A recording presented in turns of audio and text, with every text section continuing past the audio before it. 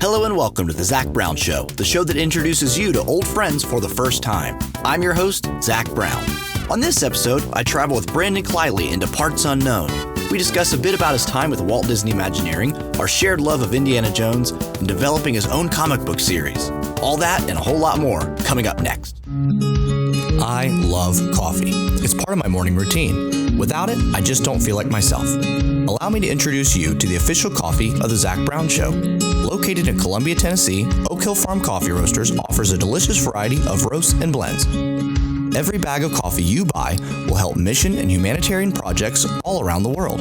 What's better than a cup of coffee? A cup of coffee that helped make a difference. Oak Hill Farm Coffee Roasters. Wake up, drink coffee, and go do something great. Here, in the darkest depths of the South American jungles where certain peril awaits around every turn is our intrepid hero. For these are the untold adventures of Trader Brandon. Trader Brandon! Trader Brandon! Well, Brandon, thank you so much for coming on to the Zach Brown Show to share your stories. Oh, I'm glad to be here, and hopefully we'll make it entertaining for you. Yeah. Well, adventure is often found lurking around every bend, and you never know when you're going to find the next exciting person in the adventure that is life. It's true. And that is very true.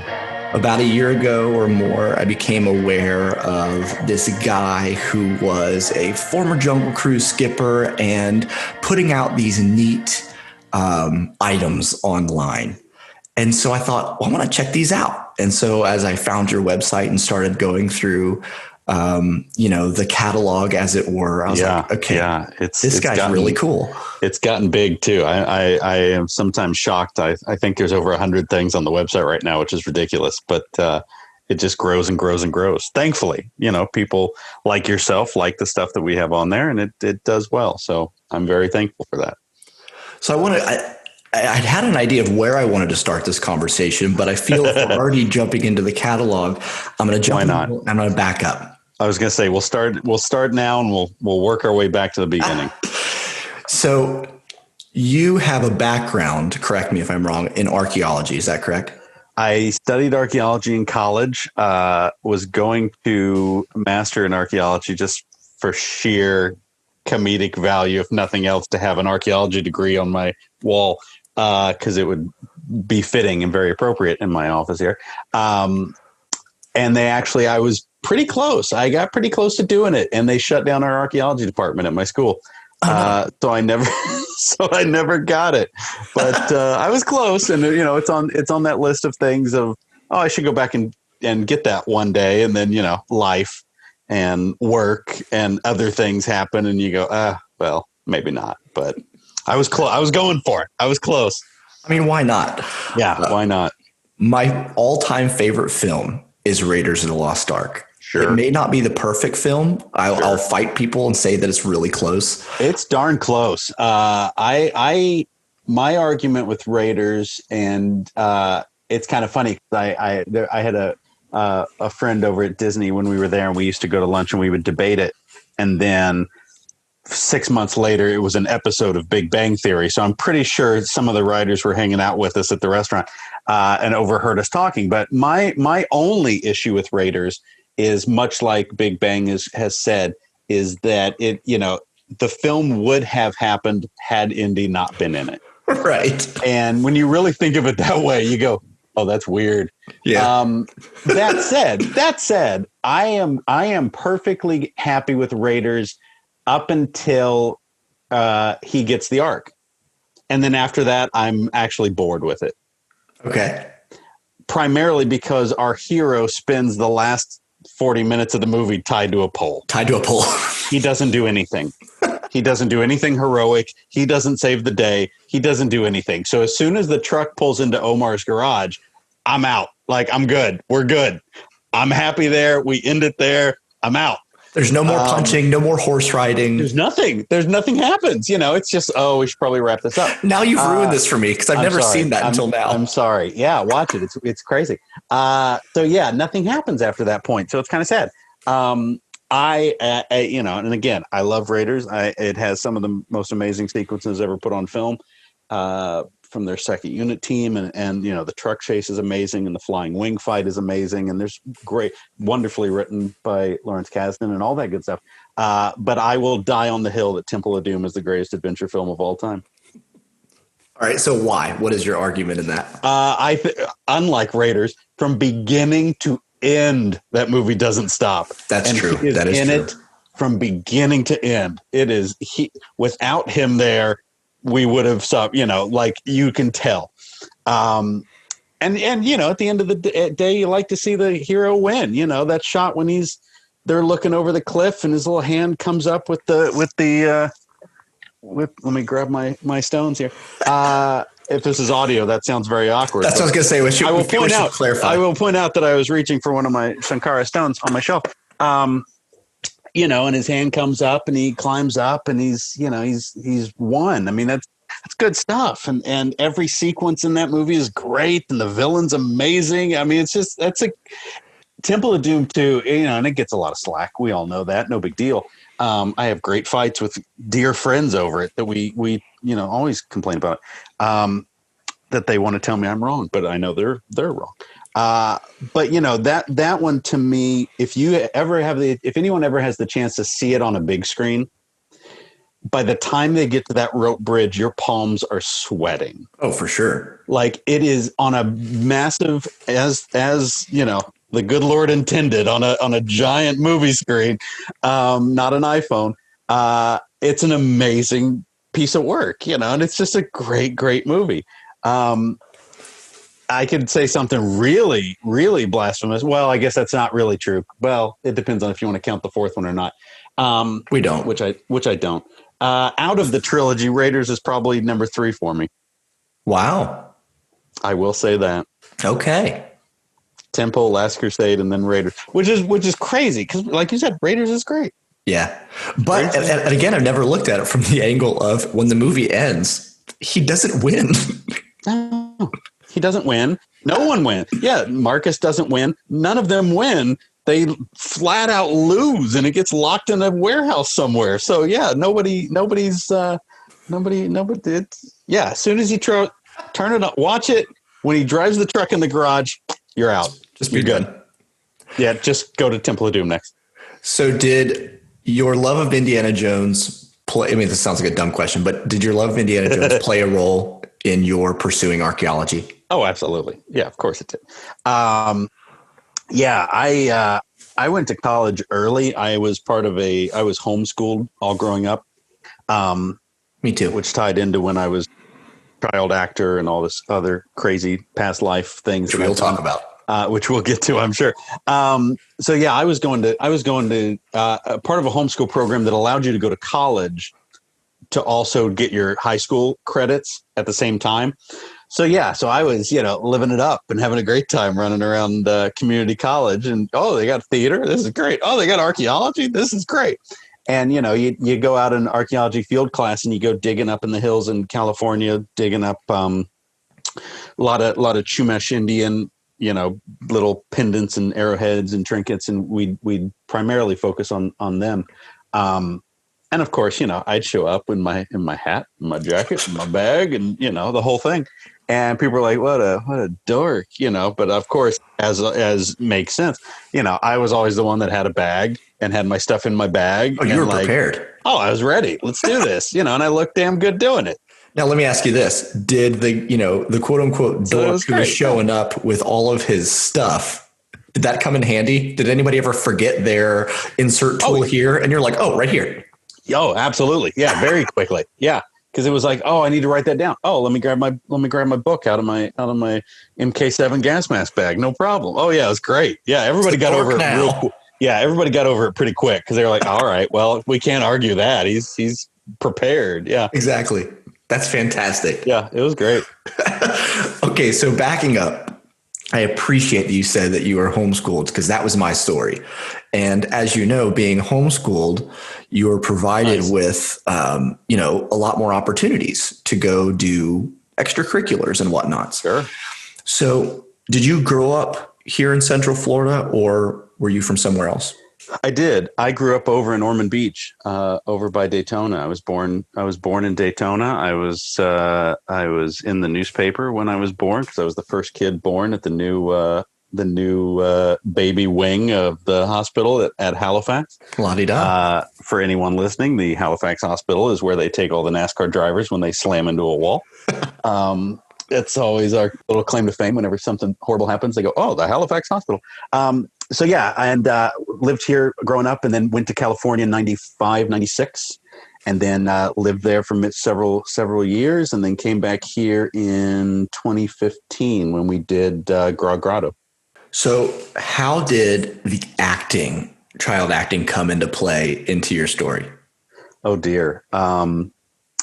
Yeah, it was there. My grandfather was I would say entertainer, but he was a music teacher. He was a band director, so he definitely had that entertainment, thing in his brain to always want to put on a show. And we did that a lot. We did that when we were little. We'd put on shows in front of the fireplace and videos, make little movies, and that's what we did. So that one, and then oh hey, there's a local theater over in Daytona that's you can audition for this. You can go and do this. So that became a thing, and I did theater for a little while, and then that was back in late 80s, early 90s when I was really got going, and at that time we should remind everyone that Orlando was a pretty darn booming film locale. We Hollywood East. That's what it was. It actually was back then. It was crazy. We had Disney MGM Studios, which was actually a working studio. I shot several things there. Universal was a working studio, which I shot a ton of stuff at Universal, primarily over at Nickelodeon. So yeah, Florida was pretty great. And then, oh dear, what was it? 92, 93. I should know. I think we just had an anniversary. I did a movie called Now and Then up in Savannah in Georgia. And that was my first movie. And I went, oh, this is cool. This is better than theater. I do it like twice and I'm done. This is great. And then I did a movie out in Texas, and then it did some reshoots in California. And that's what ultimately took me out to California. So that's cool. What was your favorite experience out of all those? I mean, again, like you're around Nickelodeon, you're around Disney MGM. These are hotbeds. What was your favorite, or maybe some favorite moments from that? I was going to say I've got memories from all of them. I remember we were shooting. What were we filming? We were shooting something at Nickelodeon, and it was the summer that at the Pantages Theater in the park at Universal, which is where they do the monster makeup show. It was the Jurassic Park exhibit. So they had like full-size sick Triceratops. So we would take a break and just run through the park, and I'd always go over there and check out the Jeeps and the Triceratops and all that. You could just go play. I remember doing commercials at Epcot for Illuminations in the middle of the night. And, Liberty Inn there at American Adventure was just set up as our kitchen. So we just eat chicken nuggets all night and have a great time. And the fun thing was too, that primarily all of the Disney and the Universals and those, they try to cast the, perfect family, perfect model-esque looking kids, perfect kids. And it got to a point where there was like a group of us that did them all together. So it was fun. That was kind of the only time we would see each other was when we were doing an Illuminations commercial or something for Universal, and Easter Parade at Magic Kingdom. I've done a few of those. If anybody has it, it was the Easter Parade. I can't think of the year, but it was the Easter Parade where Nancy Kerrigan was ice skating in front of Magic Kingdom. I have it taped off of the VCR somewhere in a box. Oh, man. And she's ice skating with the genie. And my sister, my mom and dad are like front row. I'll have to go find that. The family and dig out my VCR.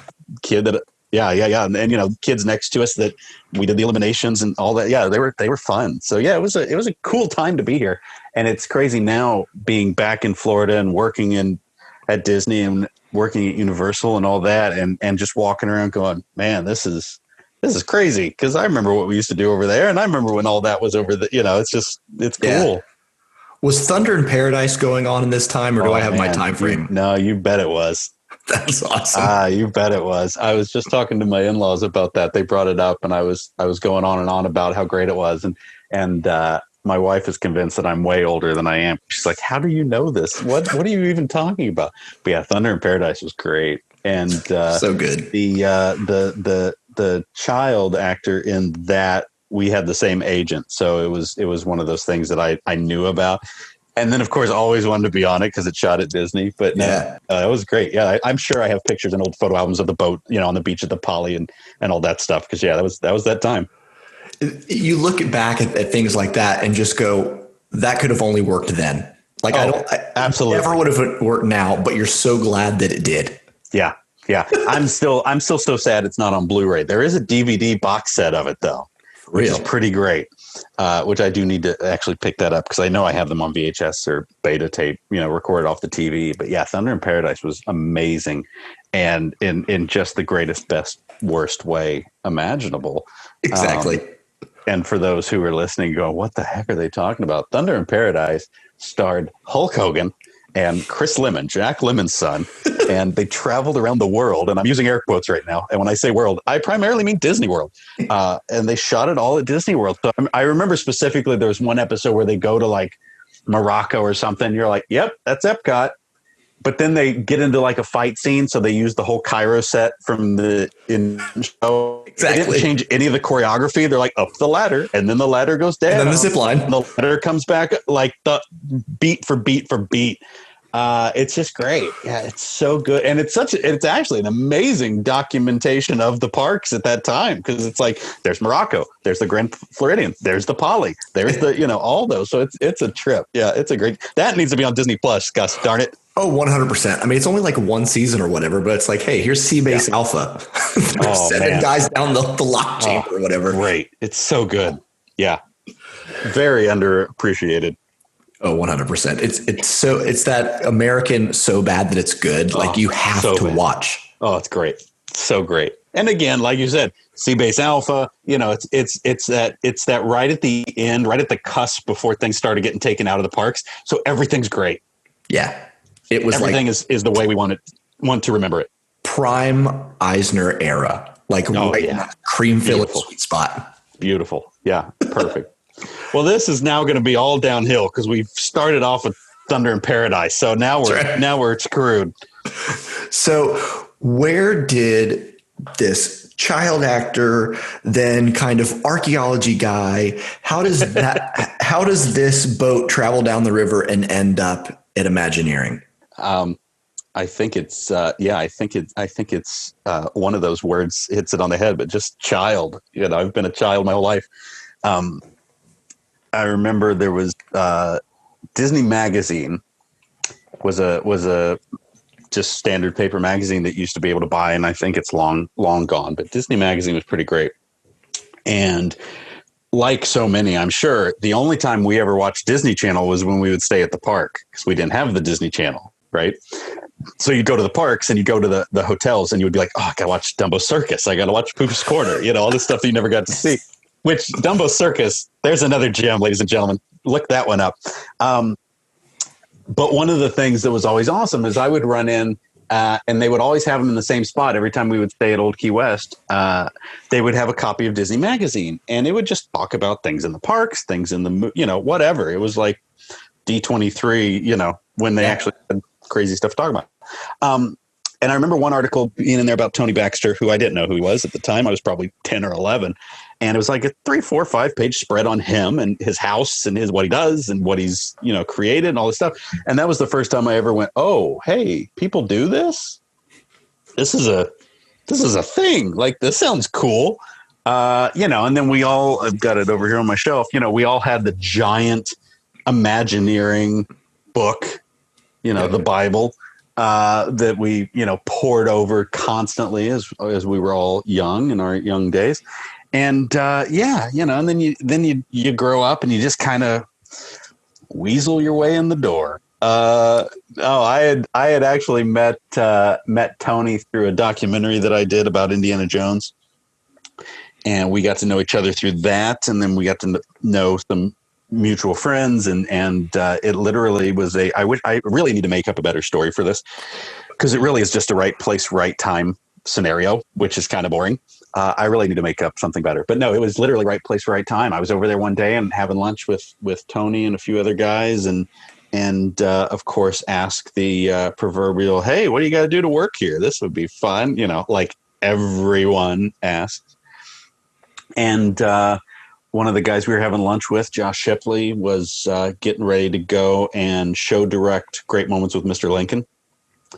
And so, which meant at the time he was in charge of the one of the design departments that kind of handles all the printing in the building. So presentation boards, art print, anything off the big format printers, any of that stuff. So he needed somebody to take over for that. And he just went, hey, do you know how to use Photoshop? But yeah, I know how to use Photoshop. Sure. Okay, and cool. Did you? I did. Okay. I did. I will preface it with that. We'll get to where you're going in a second here. But yeah, so I did. I knew Photoshop, no problem. Not great, but I mean, I knew it. And he goes, okay, send me your resume. And 2 days later, I was sitting in the middle of the model shop, being interviewed. Oh, do you know how to work these giant printers? That I didn't know how to do, but gosh darn it, I said I did. And I figured it out, a couple days on them, and oh, cool. Yeah, I know how to use these now. Great. So I did that for 2 years, and it was grunt work. It was kind of wonderfully mindless stuff. Somebody sends you a file, you hit print, you make it look pretty. Make sure the colors are calibrated, and make sure it looks nice.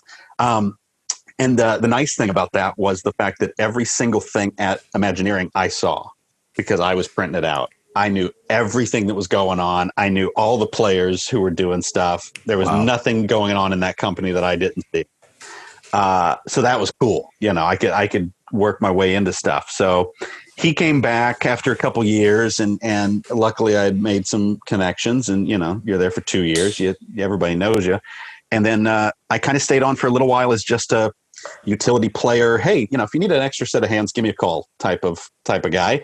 And I did that for play testing for New Fantasyland when we were doing the meet and greets. So the Enchanted Tales with Belle, there were some other ones at the time that didn't make it. So we were testing all those. So I staged managed those tests with kids running around screaming and going crazy, and princesses and everybody else in a warehouse in Glendale. I did that. I did some lighting. Literally just random stuff. And then the last one was, hey, can you come in and document, just take pictures of props for some attraction? I said, yeah, sure. Okay, I'll be right in. And they would call like the morning of sometimes and be like, hey, can you get here in an hour and help with this presentation? Yeah, sure. No problem. As long as I didn't miss the train from Camarillo to Glendale, I was in. I was like, yeah, you caught me. I'm in. Let me get my shoes. Yeah, I'd be tying my shoes, running onto the train, but I was there. And yeah, so I went in and started doing props. And first thing out the gate was not documenting anything. I don't know why they asked me if I needed to document stuff, because it wasn't any of that. It was, do you know how to use Photoshop? Yes. Do you know how to use Excel? Yes. Do you know how to use eBay? Oh, man, let me tell you. And then, yeah, they handed me 2 Vacation Club kiosks in Tokyo to do. One was at Disney Sea in the port area. It was kind of a painter's station, easels, all that type of stuff for DVC. And then the other one was a harbor master in the middle of Tokyo Adventureland, which kind of was very much early Trader Sam's. So you were basically learning how to write story and acquire props kind of on the fly. It wasn't something that you had trained to do. You were just kind of, hey, would you go do this? Yeah, I guess. Yeah, I can figure it out. Sure. I've always, having a film background, I knew what props were. I knew what job they needed to do. I knew what I needed to, give up at the end of the day to make it work. So I was like, okay. The couple of them very early on, it was kind of nice because I had some control. It was, so the story is it's a harbor master in Adventureland, and he's selling a timeshare. That was essentially it. So I go, okay. So then I would go and I'd usually type up a paragraph of, well, this is what I'm thinking, and I'd pull some pictures and make a little style guide. And this is what I'm heading towards. And 9 times out of 10, they go, yeah, that looks cool. That'll work. Great. And then we just run with it. But yeah, the Harbor Master kiosk in Tokyo, we did some photos similar to what I did in Sam's of photoshopping our character into old adventure photos. We did, life rings with old Jungle Cruise boat names on them, that sort of thing. So yeah, it was a fun one. I don't think it's there anymore. Actually, I think it got removed, but it was just this little freestanding kiosk in the middle of Adventureland that it looked pretty good from where I was sitting. That's neat. So for those who aren't aware of what Trader Sam's is, Trader Sam's is a lounge. How dare you? I know. It's really 2 lounges. But they now know what Thunder in Paradise is. That's right. You've learned something and you're welcome. So I'm not even angry. So there's one on the East Coast, one on the West Coast. Yes. Named after Trader Sam's or Chief Nami, I guess, if you want to get technical. Yeah. Which is a character in the Jungle Cruise attraction. And please share your history, your affiliation with the aforementioned attraction. Yeah. So it was it was 2005. I had a buddy and I were driving around doing, goofing off like you do in Southern California, I guess. And it kind of hit me. And I was like, I've never worked at Disneyland. We should go work at Disneyland. That'd be fun. Never mind. We live 2 hours away. It was, let's go work at Disneyland. That'd be That's cool. That's a heck of a commute. Right? It's, yeah. Ooh, it was, trust me. I still have PTSD about that commute. So yeah, we went in and we went into casting. And we sat there and we filled out the paperwork and we did what everyone else was doing. And we got called in and I said, I really want to work Jungle Cruise. That's what I want. And they went, you don't get to pick. You go where we need people. And I said, I get that. I understand that. I can respect that. But I really want to work Jungle Cruise. I live 2 hours away. I don't need to work at Disneyland, but I would love to work at Jungle Cruise. And I remember the casting guy was like, hey, okay, fine. Give me a minute. And I go outside and we're sitting there and he calls me back in like 20 minutes later and he goes, why do you want to work at Jungle Cruise? And he flips his monitor around and he has my IMDb page up. And he goes, what am I missing? Why do you want to work at Disneyland? And, it was in that kind of that time. If you're a child actor, you reach an age where you are too old looking to play a kid and too young to play an adult. So you don't work for like 10 years. So it was in that time that was, and I was doing other stuff. I was writing and editing and doing special effects and all this other stuff. But point being, I really wanted to work at Jungle Cruise. So I talked him into it and he goes, all right, fine. He goes, we do actually need fine. All right. You can work at Jungle Cruise. So I was thrilled. And my buddy goes, yeah, I'm out. I'm not driving 2 hours a day to work. That's stupid. And I'm like, wait, I'm so going to do bails. It. He bails. He bailed. He's out. And I was like, I'm going to do it. I want to work at Jungle Cruise. Gosh darn it. I'm in. And I still have the hat I bought that day. They sold a brown baseball cap that had a really faded out old Disneyland marquee on the front of it. And I have that hanging on my wall. That's next cool. To my skipper hat. I did it. I did it for about a year and a half during the 50th anniversary. So I drove the gold painted purple striped canopied Congo Queen frequently. I worked probably 70, 80 hours a week, mostly because I was the fool that checked overtime okay on my box. They went good. And they went, and I figured if I got to drive 2 hours, I might as well, I don't need to drive that far for a 4-hour shift. Like, let's make it happen. Let's open to close it. Let's go. I'm in. Yeah. So I did it. And I did it for, a year and a half or so, grad nights and all that. And it was great. It was a blast. I miss it. I would go back. I actually thought the other day, I was like, oh, I should go work at Jungle Cruise here in Florida. That'd be fun. And then you go, oh yeah, there's a pandemic. I don't want to do that. I'm good. Pass. Yeah, no, I'm good. I'll sit at home.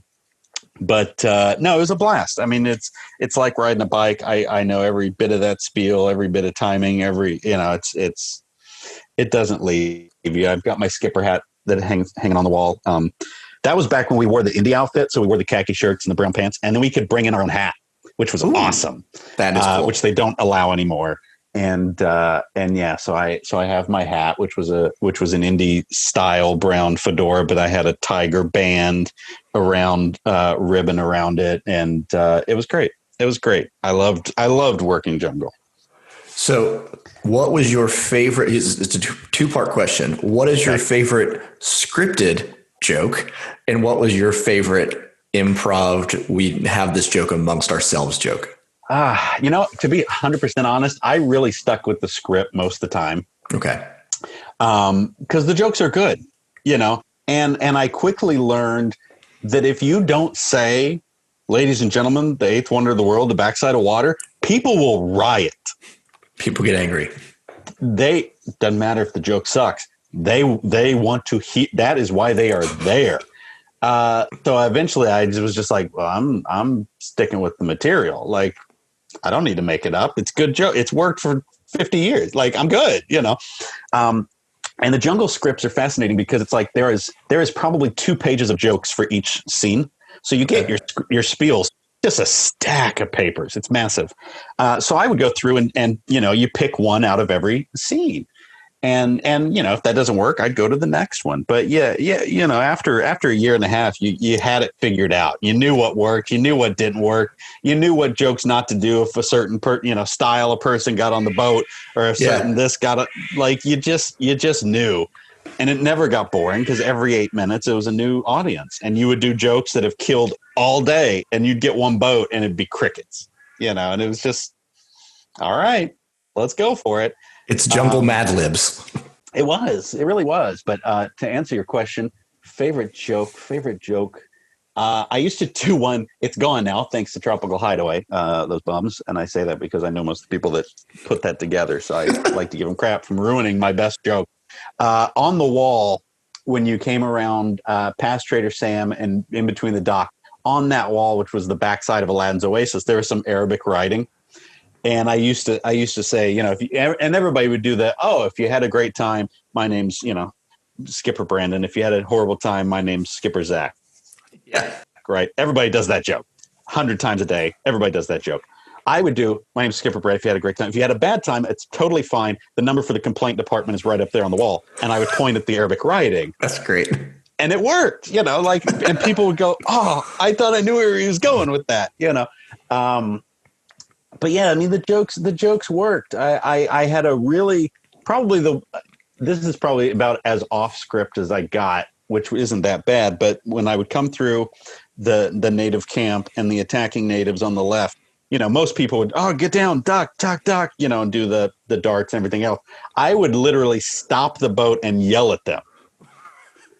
And go, this is not what we rehearsed. This is the wrong boat. I've told you 100 times. I told you get Zach's boat. He's up. He's coming. Okay, you know what? Forget it. Just forget it.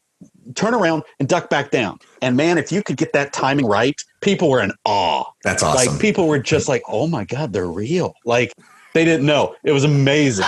And it was so much more fun to do that, instead of, because again, there were the things that people had to hear. And then there were things they'd go, yeah, I know this joke. And then if you because nobody's going to complain if you run away from the natives. Like, that's not a deal breaker for anyone. But if you could shake that up, and then you were good. And the only thing I did is I would change the backside of water to the ninth wonder of the world. And I think one guy in a year and a half understood why I did that. And I'm pausing because I don't know, and I have to be that guy. Because King Kong is the eighth wonder of the world. And I have to remember who I'm talking to. Thank you. Yeah, with my little Kong behind me. But yeah, I used to do that. And you'd watch people's faces, and every once in a while somebody would go, I get it. Or they'd come up at the end of the boat and go, who's the eighth wonder? And you go, King Kong. And look at them like they're idiots. All right, see you later. Whatever. Have a good time. Dole's over there. Yeah, have a great day. Okay, bye-bye now. Yeah. But it was great. You've taken this experience. You've however many trips down the jungle cruise. I did the math. It's in the front of the field guide, which I of course don't have my own book in my. I would tell you, but my copy's downstairs. I want to say, just the year and a half I was there was probably over 20 something. I mean, it's ridiculous because if you think every 8 minutes, and how many hours a week you'd work. It's crazy. Like, it's insane. And that was in a year and a half. There's some guys I know that are, still there. So it's like those counts are mind boggling. And you did the Disneyland, which is, I believe, shorter than Walt Disney World. So that means that you're doing more rotations. It is. Yeah. Yes. The Zach Brown Show will be right back. The Zach Brown Show is brought to you by Fisher's Subliminal TV Dinners. Just imagine how full you'll be. and Darby's Gunpowder Malt Liquor, the beer that will blow your mind. So you've taken this knowledge, you've taken the experience, the expeditions, and now we're fast forwarding. We're jumping a lot through time, but hey, just pull on the yellow little strap there, and you'll be fine. As long as you're buckled up, you're fine. That's right. So you're at Imagineering, you're starting to develop stories. You've got this knowledge and love of archaeology. What is that shift to where you go, hey, you're now, at the helm of this product? It was funny, and thank God it worked. But I found out about it when they announced it on the Parks blog. There was a little post about, hey, we're going to redo the Disneyland Hotel, and hey, there's going to be a tiki bar themed to the Jungle Cruise and Trader Sam. And I was like, what? And I printed it out and I took it to my boss. And I was like, I have to work on this. This is make that happen. I gotta work. I'm working on this. I'm doing this, And he was like, well, it's not even us. It's the hotel team, For anyone who doesn't know, Imagineering has the main office in Glendale, and then there are little remote offices at all the parks that kind of maintain those parks, right? The Glendale office does new concepts, the big refurbs. Day-to-day stuff stays with the offices at the parks. So he was like, it's the Anaheim team plus it's the hotel team, which is even further disconnected. And I was like, I don't care. I'm doing this. You do this without me, you're screwed. Like, it's not going to work. It's not going to end well, And he goes, I'll see what I can do. I don't know. And keep in mind, I had literally maybe been there 2 weeks in this role. Like, nobody knew me over here. This was a different building that I had spent the last 2 years in. I didn't know these people even existed in this other building. So nobody knew me. I was legitimately the new kid, running around calling the shots like I was in charge. Very cavalier.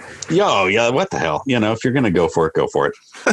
But so we did that, and I went into a meeting, and the original layout for it was very different, very, very different, to the point where I went, that's not really the Jungle Cruise there, guys. What are you doing there? And so they let me do a pass, and I did some elevations. I did the whole bar in Photoshop and laid it all out. And I was like, this is what it should look like if you want to make a Jungle Cruise tiki bar. This is what it should look like. And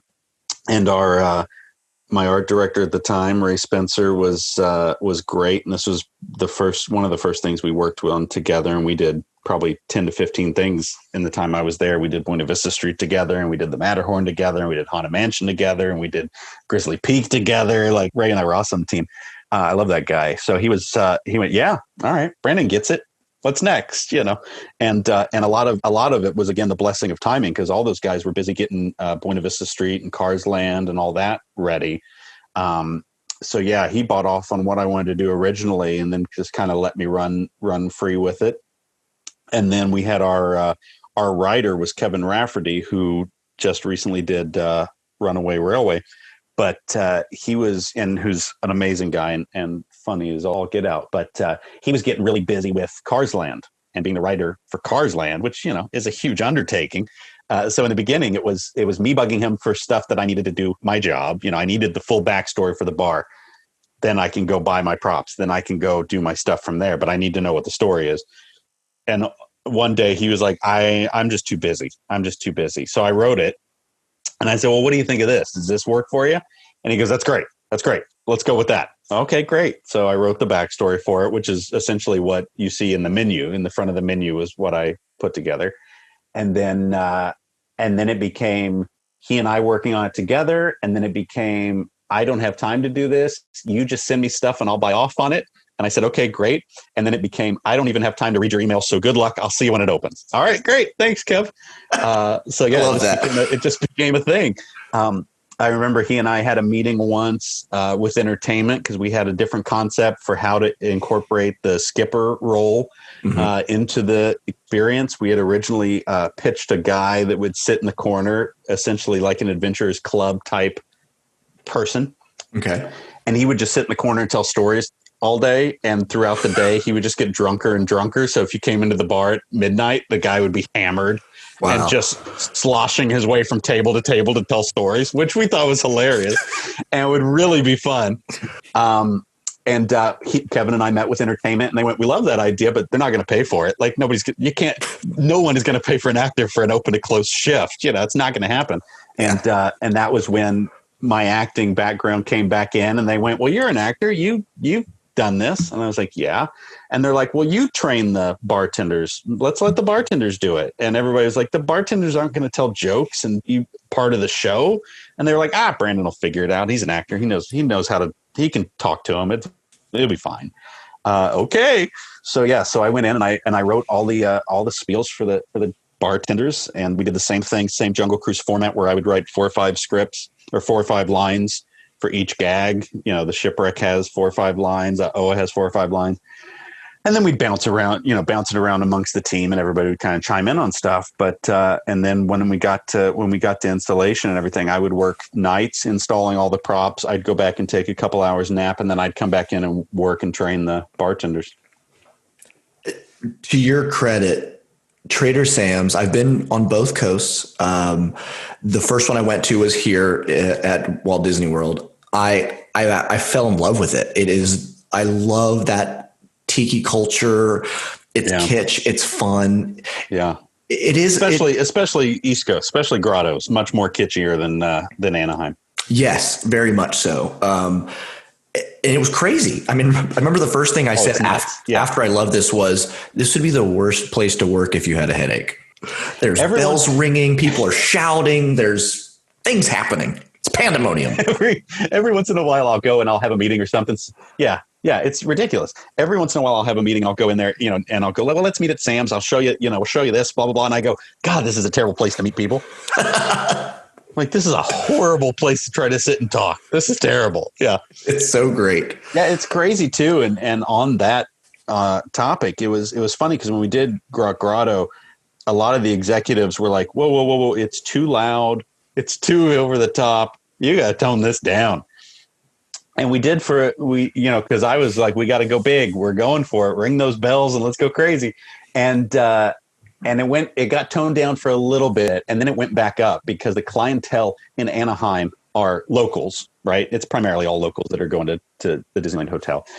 So they don't need the full show. They don't need all the bells and whistles. They get a lot of bells and whistles, but they don't need all the bells and whistles. Sure. However, Florida, Walt Disney World is still that once in a lifetime family vacation type of thing. So they got to get the full show turned up to 11. Yeah. And I remember when somebody emailed me like, oh, they've changed a lot of the stuff at Sam's and they've toned it down. And I was like, what? You can't do that. And they actually got complaints about it, and then it went back up to the craziness because people had seen all the opening day videos and knew what they were getting in for, and then they go on their once in a lifetime trip, and it's nice and calm, and people are like, no, it's not why I'm here. So yes, when last I saw, it was still as chaotic and full of mayhem as originally intended.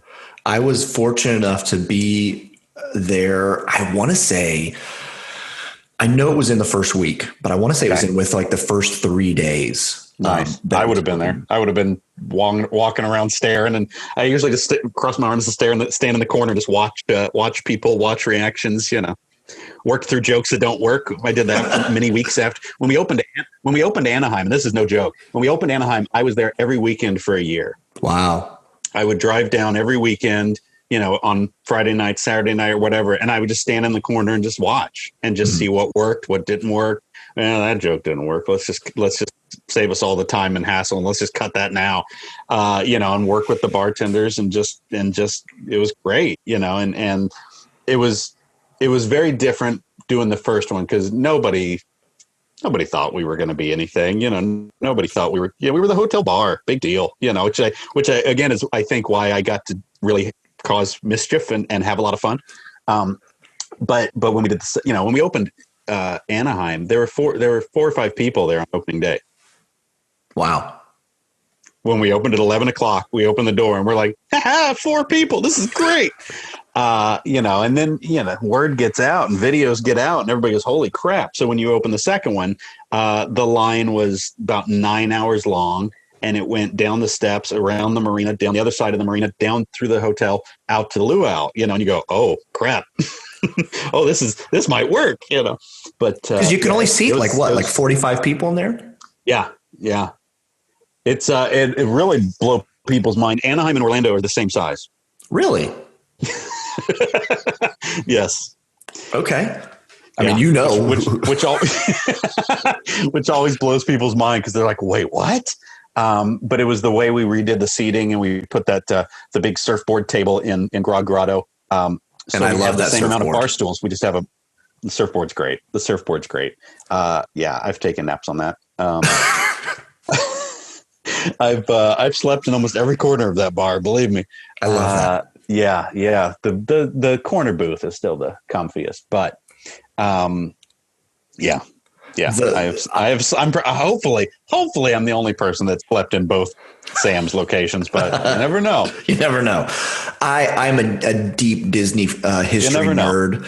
I love all of the early 70s stuff. I love the Epcot era. Everything has its time.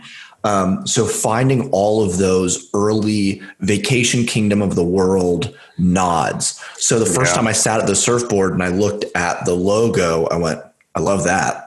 And just seeing all the different things, kudos to you. Like I thank you for doing that. Well, and again, by the time we got to Grotto, we had Kyle Barnes was our art director for the overall Polynesian redo. So, and he was there with us with the original. So he and I became very much partners in crime and shared the same minds. And he trusted me to do what was right. And a lot of stuff. The surfboard was his idea. The logo and that. But yeah, we Anaheim is very much 1930s to 1950s Adventureland. Everything is sepia, Indiana Jones, Swiss Family Robinson. It's very Adventurelandy. And when we got to do the second one, I remember him saying, let's do 50s to 70s. Let's pick up where Anaheim stops and let's bring it into 71. And I said, okay, that makes sense. So then we were like, well, let's add more color. Let's add Technicolor. Let's add, there's no sepia photos in there. They're all either color or poorly colorized, which is funny. Yeah. Let's add those nods to Magic Kingdom. There's the surfboard, like you mentioned. There's Mr. Toad's car keys are hanging in there for his own safety. What else is in there? Yeah. So we really try to play with that era of park history, of Disney history. There's Pete's Dragon references in there. It's just a different era. So it's a different feel, different time, different look, different adventure. Yeah. It's a beautiful space. It's very colorful, lots of blues, a lot of color. It's beautiful. I love, it's a simple thing. Maybe it's not, but I love the squid arm holding the bottle of rum. It's a little thing, but it's so great. That was fun to bring in because obviously it's a giant squid arm. So that's tough to hide. But like I said, when you did the first one, nobody would have thought twice. You do this one and every blogger and their brother is sitting outside wanting to, waiting for the door to open so they can look in. And I remember having to bring that squid arm in and the vendor got there in like the middle of the afternoon. And I was like, oh, dear God, we can't bring a squid through the Polynesian because nobody knew we were doing that. We hadn't announced anything. We hadn't said, oh, there's going to be a giant squid arm that's, moves around. We didn't say any of that yet. So it was like, oh, God. So, yeah, I remember, here we go. And we wrapped it in like moving blankets and just, all right, run, go. We brought it in and it was a trip. Installation is the most fun of any project. It's one thing to sit for multiple years and plan, but when you finally get to start putting it together and watching it come to life, that's a magical experience. I imagine. And I don't mean that sarcastically either. No, I've had the great fortune to sit with the different Imagineers and hear their thoughts about different projects that they've done in the past and things like that. And it's, it's like you're having a child. You've conceived it, and very much is sharing it with the world. It's a beautiful gift. And then you put it up for adoption and hope they don't kill it. Which is ridiculously morbid. And I guess I could have gone a different direction with that, but nah, that's fine. Because then once it's open, you essentially I could have said it goes off to college, but no, we went the other way. Because essentially once it opens, you hand it over to the local parks, and they're responsible for maintaining, they're responsible for all of that, and you just go, oh dear God, come on, just support it and give it what it needs, feed it every day, would you please? It's that type of thing. Yeah, and it's a great thing. I love when. It drives me nuts when I hear about people like the toxic cesspool that is, Disney Twitter, and you get people that complain about things, and it's like, they're trying to give you something good. They're not trying to upset you. They want you to enjoy these things that they're doing. Sure. Yeah, we're not trying to ruin your childhood. Exactly. Nudge, nudge, Polynesian lobby fountain. We're not, there are things we do for an actual purpose and an actual reason. Right. I still have people that are mad at me about the poly fountain, like I had anything to do with that, but I was the guy that made that decision. Yeah, that was me. But I will say there was a very specific reason why it needed to go. It was not, I don't like it, let's get rid of it. No, believe me. Although I always kind of joke about that of going, look, if you weren't old enough to remember when that fountain had live parrots and macaws on it, then you don't get to chime in and complain that the fountain's gone. Because for you, it's just a water feature. When I was little, there were literally live parrots and macaws that flew around that thing. Now that was magical. So once the birds left, tear the fountain down. Who cares? We're just going to put a little, go with self-serve your pineapple water there in the middle, and you'll be fine. It's fine. I like the Maui statue, but that's a whole still ongoing Twitter debate. People are still bitter. They got to go do something. I always say I'll get hate mail from this just because I brought it up. You watch. I hope not. I hope that the people that are sitting in the Zach Brown Show group, whatever we're calling, we haven't given them a name yet. I'll just call you the Brownies. That the Brownies will be kind to Trader Brandon here and show nothing but love. There you go. I appreciate that they have a name, though. I do appreciate that. I don't know if it works if I give it to them. I think they have to name themselves. But I think it's fine. You have to lead them. You have to lead them to what? You got to tell them this is what we're going to do. Yeah, this is who you are. Just run with it. It's fine. Yeah, it's fine. So you take this step, which I think must have been a huge feather in your fedora. It's. I'm insanely proud of having been involved with those. I mean, we had a great team of people. We had some. It wasn't just me. As much as I like to say, I was probably there most frequently in the longest hours. But we had a great team of people with Ray and Kyle and really a good team. And it was an amazing opportunity that both of them gave me. And yeah, I mean, it's why I'm able to make cool tiki products and sell them on my website now. It's why people go, yeah, I'll buy a tiki adventure comic book from some stranger. Sure. Okay, fine. But no, that was a great, and issue after issue after issue. Look at that. All 5 of them. There they are. But the crazy thing too is it wasn't just that one specifically wasn't just a job. That one with Anaheim and the bulletin board on the wall. There are photos of guys that I worked with, skippers that I worked with at Jungle that had passed. That one was very personal. And then even with Grog Grotto, it's where I met my wife. So it's like Sam's. I can't escape it no matter what. But the even crazier part is during the 8 years I was at Imagineering, I never stopped working on Sam's from beginning of, being really full time when I started in props to the day I left was either building both of them or, hey, Brandon, take a look at this write up for the Parks blog and make sure that's accurate. Hey, they need a new drink. Can you come up with, new drink names for the holiday drinks, whatever.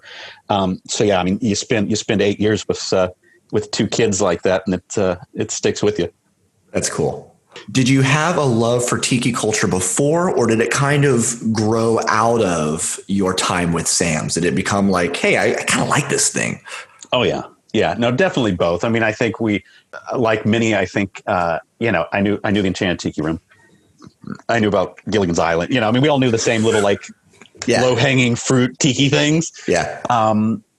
I've always kind of looked at Sam's, though. I've never really looked at it as a tiki bar. I've always thought of it more as an adventure bar, especially Anaheim, because it really focuses more on the, it's the place where you can just picture adventurers sitting at the bar and then, grabbing their backpacks and heading back out type of thing. It's not necessarily what you would think of as tiki, which I kind of did a little bit on purpose, but because we started out, we went to a lot of LA SoCal tiki places.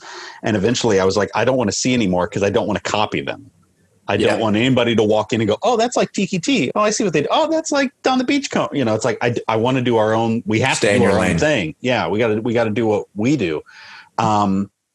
Which thankfully it worked. But of course, oh God, yeah. Since then, I mean, like I said, you spend 8 years doing something and there's no escaping it. And then buying all the props for them, getting to know tiki artists, getting to know Tiki Tony and all these guys that, now best friends, work together, do stuff together all the time.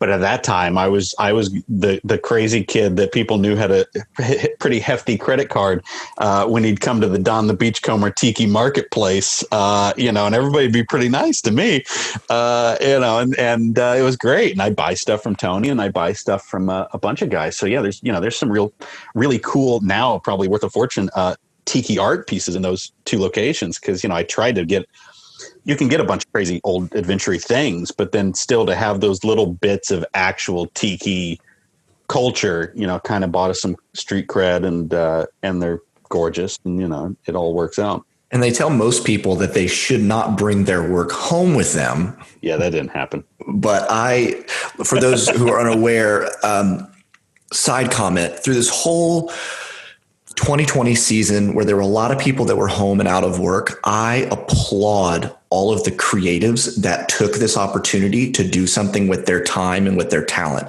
And Brandon, on almost a nightly basis, very few nights off, would do the Trader Brandon transmissions on Instagram and interview other creatives and people in that space.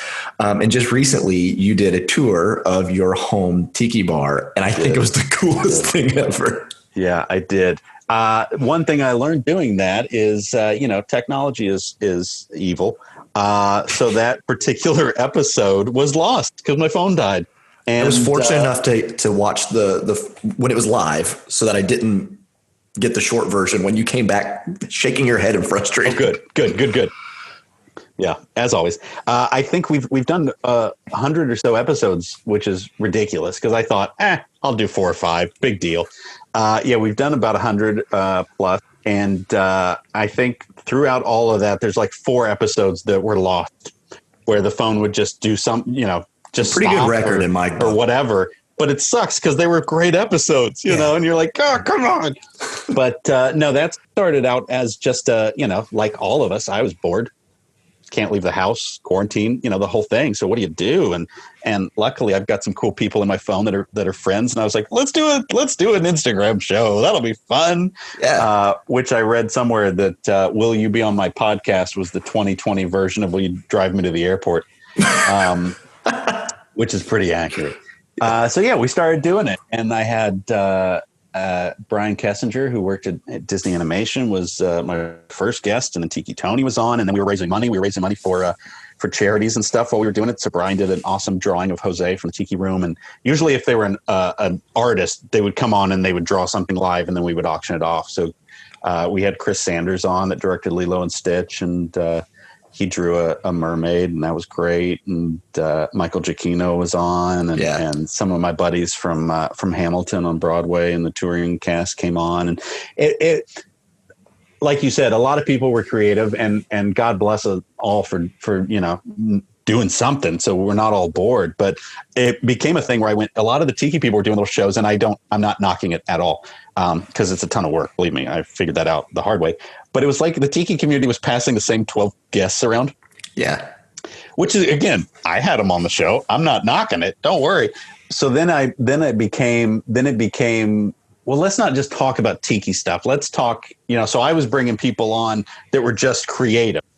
I don't care what you did. If you're creative, I want you on. But then we would tie it back into parks. We'd tie it back into tiki. It was the common love.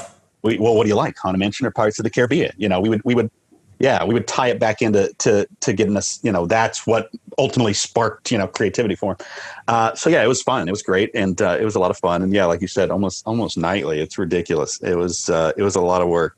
And in the midst of all of that, I still had a day job.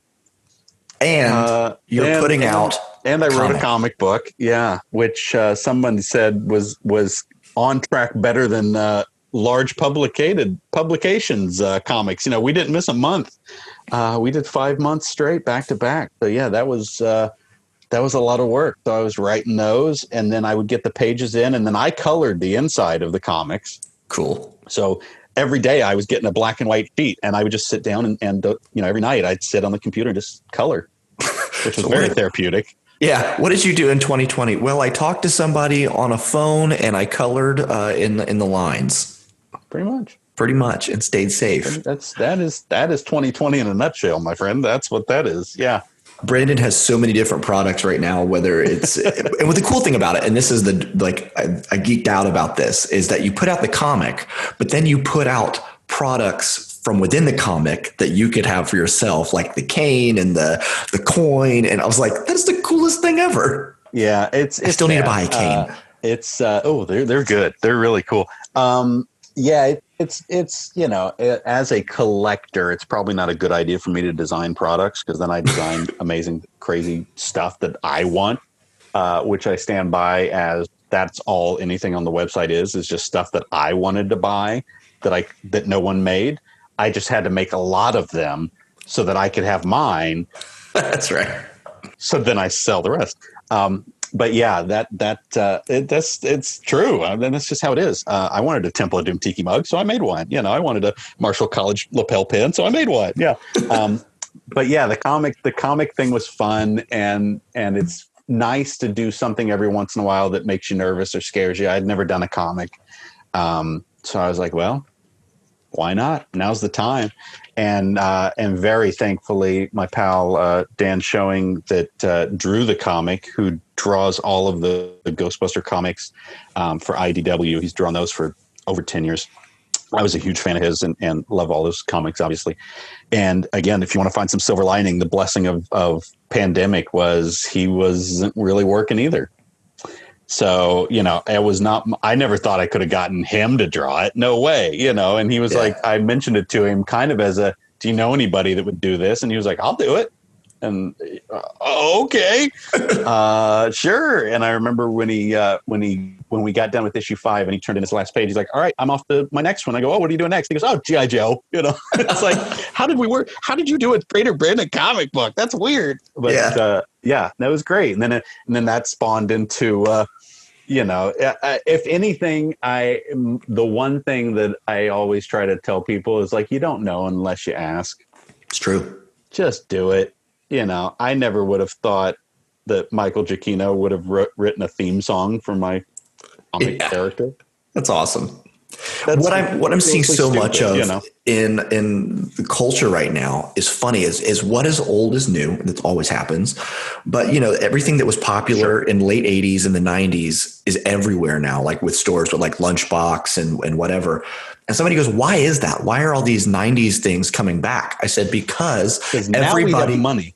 Exactly. I said the people who loved it then, whose parents would get them a couple things, I said, now we're the ones designing them and buying them. Yep. And so we're able to get what we want. The kids have money now. That's right. We have jobs and we're going to buy toys. That's exactly it, man. So now that is on the nose. A comic book. It's true. I mean, that's just what it is. And I'm a vinyl guy. And so I'm excited. Yeah, the vinyls. I've spent most of the day wrapping up the vinyls here. Let me see. Grab a copy here. But yeah, those are a crazy idea that came together, thankfully. But not that anyone else can see this, but I'm showing the vinyl right now, ladies and gentlemen, listening at home. And it looks so good. It's beautifully old, and it looks wonderfully, wonderfully old, and not in a. Oh, they made that to look old. Like, no, it legitimately looks like it's been around 100 years. or at least since the 50s, but which is almost 100 years now. But yeah, no, it turned out really well, and that was a silly thing that I got an email one day from a guy who said, "Hey, I really love the comic. I've bought a couple of the comics. They're really great. I wrote some music for them. Hope you don't mind. Take a listen, see what you think." And I was like, okay, that's silly.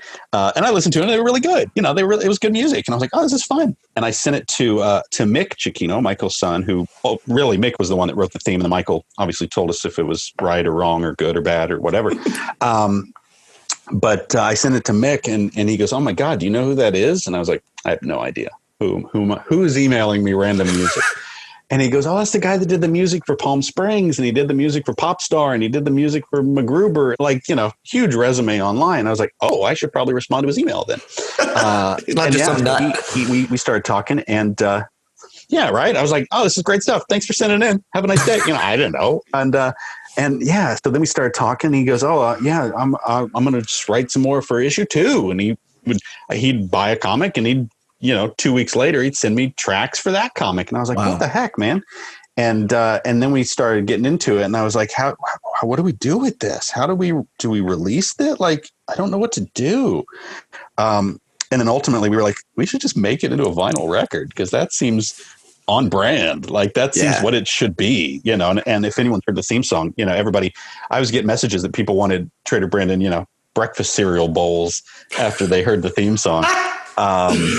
Lunchboxes. I really wanted to do lunchboxes. And that's another one where the minimums are insane. I'm sure. And I couldn't find anybody to do a low minimum that could do the actual like indention like the old ones had. You know, I don't want it just printed on the front. Like, I want it stamped in like the really old ones. So yeah, it hasn't happened yet. But you have to have like a Kingsley thermos. Yeah. It'd be great. But so we were like, let's do a record. And then we were going to do it as a 7-inch, like the old little Disney book on tape or book records, you know? Yeah. We were going to do it that way. And then Matthew actually found a company that it was better pricing to do a 12-inch vinyl than a 7. So we were like, let's go for it. Let's just do a big 12-inch vinyl record. So we did. And it's pretty great. It's pretty awesome. It's definitely well, we did that. That's pretty cool. It was kind of great. Those moments. When you released the single, and again, it was an MP3 download. Sure. But you made it look like an album. And I went, and I sat in my room going, man, it'd be cool if we had a record. And then I was like, yeah, but that probably costs a lot to make. And it's going to be right. And then I thought, maybe you'll come out with like, you know, little, like, what is it, the 7-inch single or whatever it is. Yeah. I thought, maybe that'll be something down the road. So then you announced the album, and I went, well, dang, it's the full on thing. Here we are. And that's really due to Matthew leading it. I mean, you know, I would have just been thrilled with the theme song, but Matthew came in and was like, no, I want to write music for all 5 issues. So, I mean, there's like 19 some tracks on it. We did a thing on the back that tells you where to start the track in the book. So if you're on, cool. You know, what is it here?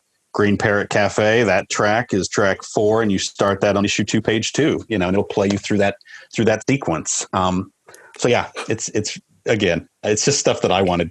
It's pure selfish reasons. But I had to make so many of them that I'm sharing with all of you. That's phenomenal. And I thank you for it, because I'm getting one.